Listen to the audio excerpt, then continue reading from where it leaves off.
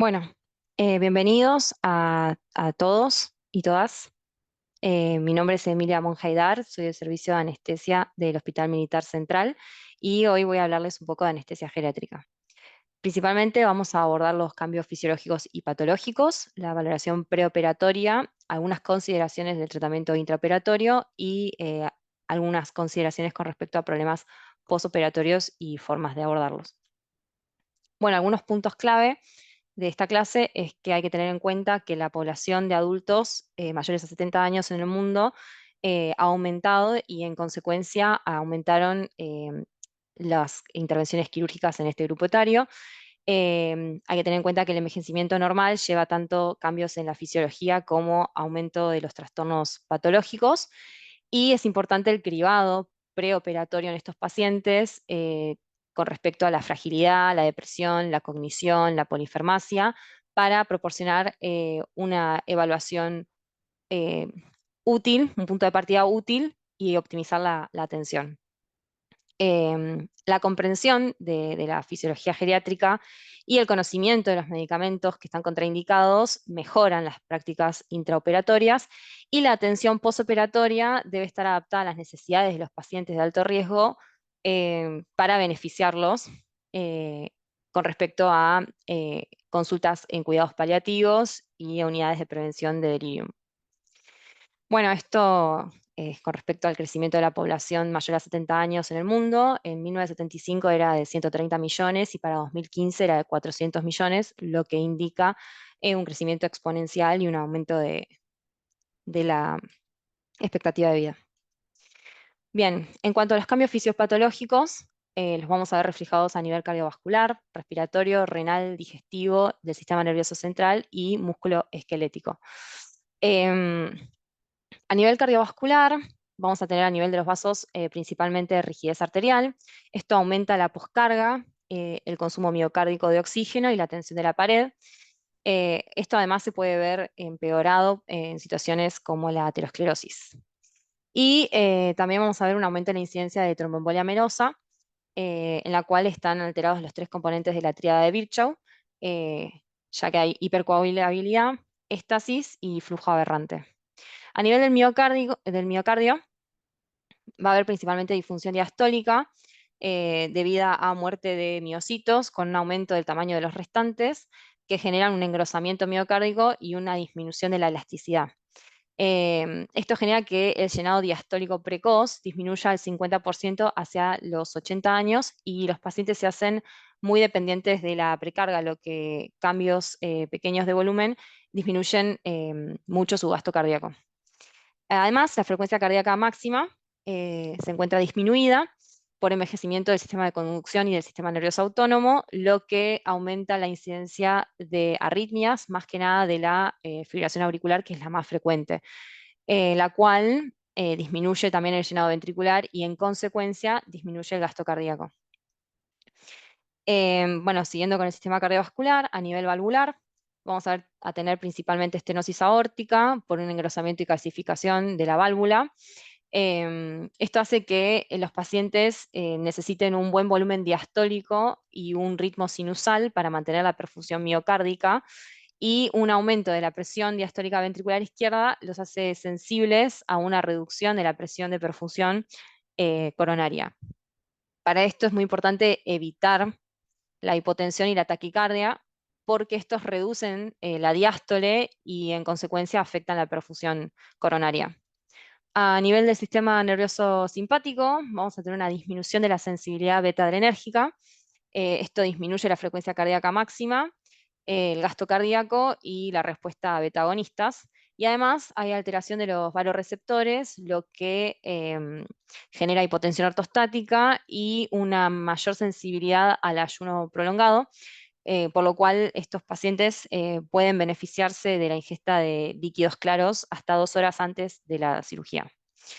A nivel del sistema respiratorio, bueno, en cuanto a la pared torácica, va a estar más rígida, ya sea por calcificación de sus cartílagos o cambios artrósicos de las articulaciones costovertebrales, y además va a haber debilidad de los músculos y atrofia, ya sea del diafragma como de los músculos intercostales.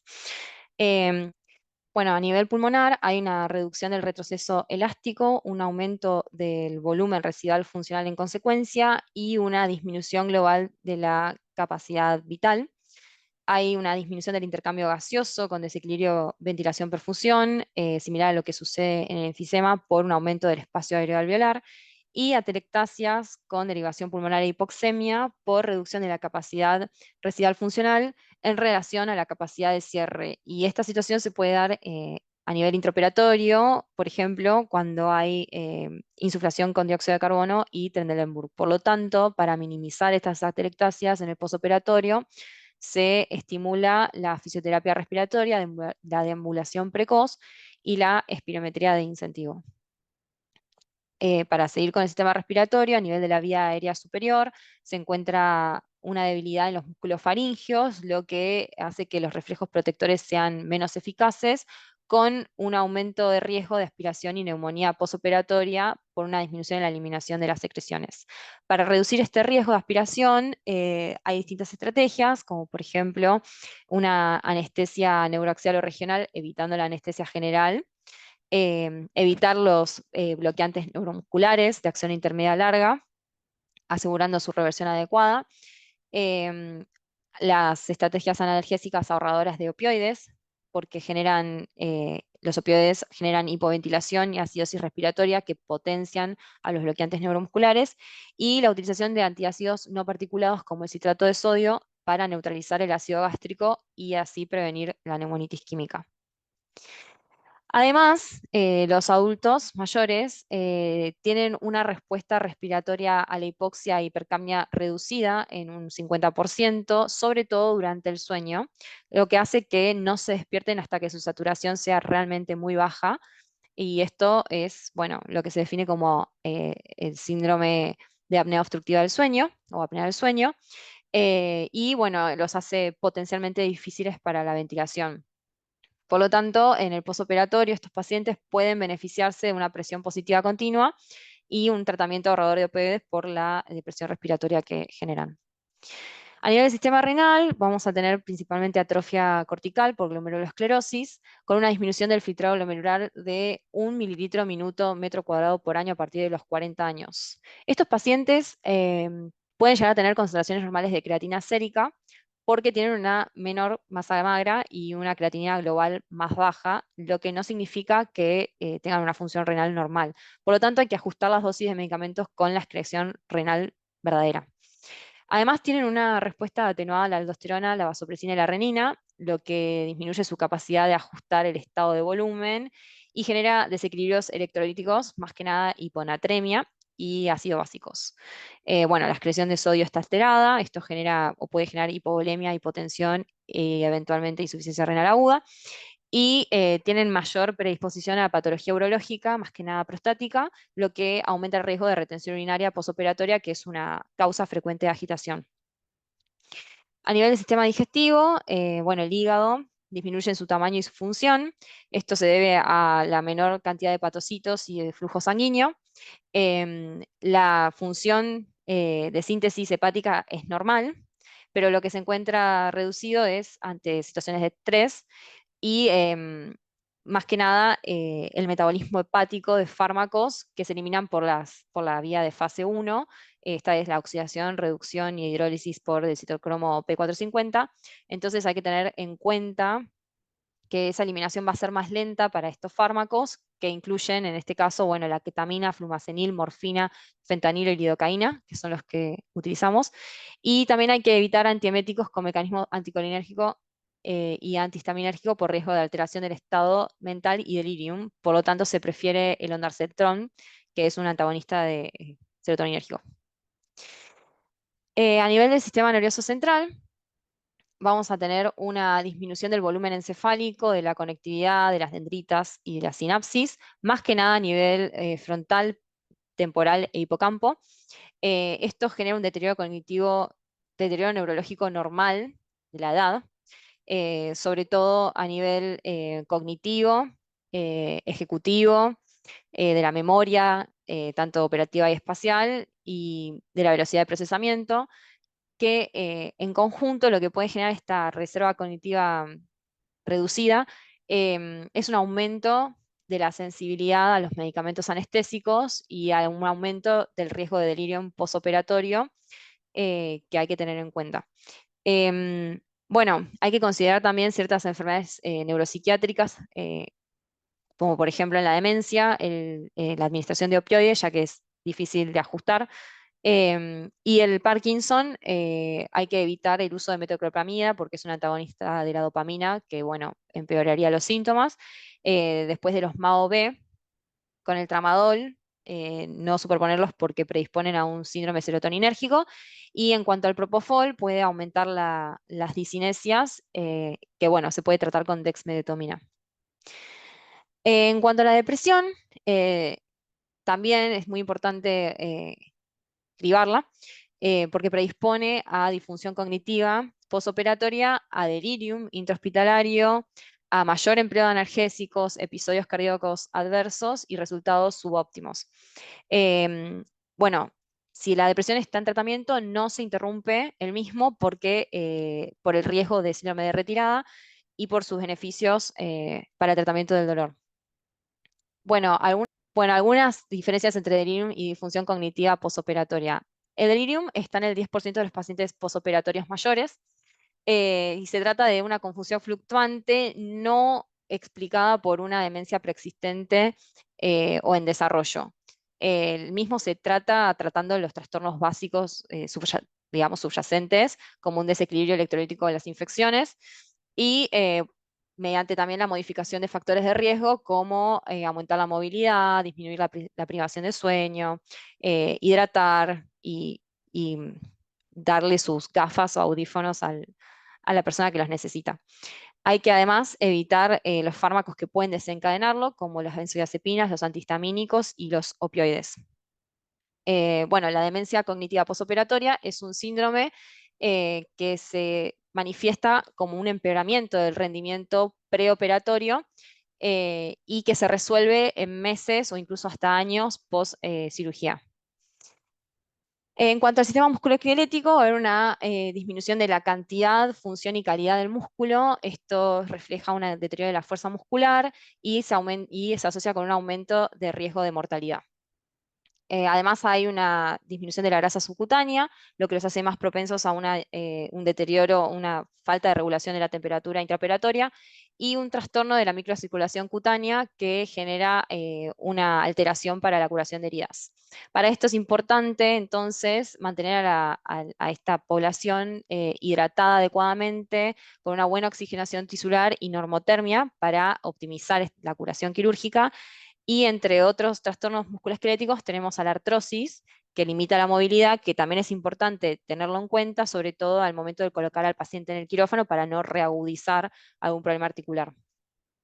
Bien, en cuanto a la evaluación preoperatoria, em, esta incluye la valoración de la capacidad cognitiva, identificar el riesgo de delirium, em, la documentación del estado de funcional y fragilidad y riesgo de caídas, el cribado de presión y consumo de alcohol, la polifarmacia, y conocer las expectativas y voluntades anticipadas del paciente. En cuanto al riesgo de delirium, está aumentado en las personas que tienen un deterioro cognitivo preoperatorio, y hay un deterioro cognitivo preoperatorio oculto que tiene una incidencia mayor al 20% en mayores de 65 años. Por lo tanto, es muy importante el cribado del mismo mediante distintas escalas, que ya puede ser por un mini mental state, una prueba del dibujo del reloj, una prueba de fluencia verbal, entre otras, para justamente tratar de prevenir o por lo menos conocer esta situación. En 2016, la ASA lanzó la Brain Health Initiative, que es un programa con fácil acceso para justamente minimizar el impacto de los déficits cognitivos preexistentes y optimizar la recuperación cognitiva perioperatoria de los adultos mayores a 65 años. Una vez identificado un paciente con probable deterioro cognitivo, hay que ofrecerle seguimiento psiquiátrico, perdón, seguimiento postquirúrgico con un especialista en cognición. El riesgo de delirium aumenta en pacientes con deterioro cognitivo y existen ciertos índices que predicen este riesgo, que incluyen la edad, el estado cognitivo previo a la cirugía, la enfermedad de base y la naturaleza invasiva de la cirugía. En cuanto a la función y fragilidad, bueno, es muy frecuente en pacientes mayores, sobre todo previos a la cirugía. Se consiste en una disminución de la reserva al estrés fisiológico caracterizado por un deterioro de los sistemas orgánicos, o también se puede definir como una acumulación de déficits, es decir, que se acumulan estados patológicos que dan lugar a vulnerabilidad fisiológica global. Eso tiene una correlación con malos resultados posoperatorios y no hay una forma de cribado específica o mejor para identificarla, porque bueno, la respuesta puede variar según las diferentes poblaciones y contextos. Bueno, también es un factor de riesgo para el delirium y bueno, pueden beneficiarse de estos pacientes de intervenciones multidisciplinarias que los apoyen en la orientación, la movilización precoz y los mantenimiento de los ciclos sueño-vigilia. Bueno, acá hay algunas de las medidas de la fragilidad. Eh, bueno, entre algunas de las cosas que se tienen en cuenta para valorarla está, bueno, la pérdida de peso, la velocidad de la marcha, el antecedente de caídas, los antecedentes patológicos como diabetes, EPOC, neumonía, insuficiencia cardíaca, etcétera. La identificación preoperatoria de la fragilidad eh, demostró incrementar la utilización de las consultas de cuidados paliativos y esto mejoró los resultados del paciente. En cuanto a los cuidados paliativos, em, se enfocan en aliviar el sufrimiento del paciente que tiene una enfermedad grave, pero no necesariamente terminal, y de esta forma mejorar su calidad de vida. Se encontró en un estudio, se halló en un estudio que la detección sistemática de fragilidad en una cohorte quirúrgica de un hospital de veteranos aumentaba las consultas preoperatorias a cuidados paliativos y se asociaba con una reducción de la mortalidad a los 180 días del 33%. Bien, en cuanto a la polifarmacia, muy importante valorarla, ya que existen ciertos medicamentos que se encuentran en los criterios de Beers de la American Geriatric Society, que es mejor evitarlos. Entre estos están la meperidina, la escopolamina y la benzodiazepinas. Bueno, también difenidramina, hidroxicina, antipsicóticos, etcétera, bloqueantes neuromusculares. Bien, en cuanto al cuidado de la depresión y del alcohol, bueno, ambos tienen una incidencia del 10% en adultos mayores y se relacionan con una evolución posoperatoria más difícil. En cuanto a la depresión, tiene una mayor percepción del dolor y mayor necesidad de analgésicos. Y en alcohol, tiene mayores complicaciones posoperatorias como neumonía y sepsis. Ambos dos se criban a partir de, de cuestionarios que incluyen preguntas como si en los últimos 12 meses se sintió alguna vez triste, melancólico, deprimido durante 2 semanas, o si en los últimos 12 meses pasó al menos 2 semanas sin hacer caso a sus cosas habituales o sin disfrutar de algo que le gusta. Y si la respuesta es sí, es que el cribado es positivo y requiere una evaluación adicional. Y en cuanto al alcohol, bueno, consta de 4 preguntas, el cuestionario CAGE, que incluyen, bueno, si alguna vez sintió necesidad de dejar de beber, si le molesta que la gente lo critique por beber, si alguna vez se sintió culpable y si alguna vez sintió la necesidad de beber algo por la mañana. Si la respuesta es sí a cualquiera de esas preguntas, hay que considerar profilaxis perioperatoria del síndrome de abstinencia, que incluye la administración de ácido fólico y tiamina y además una correcta desintoxicación supervisada por un especialista en adicciones.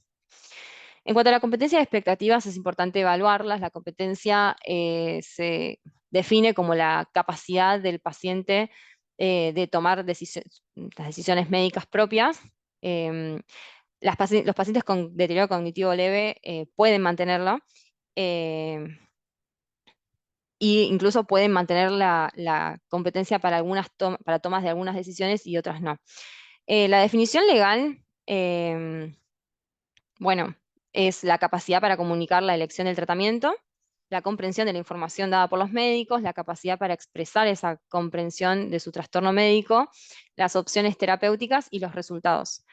La capacidad para debatir racionalmente sobre sus opciones de tratamiento. En el caso de un paciente incompetente, es necesario conocer si existe alguien que cumple este rol dentro de su entorno.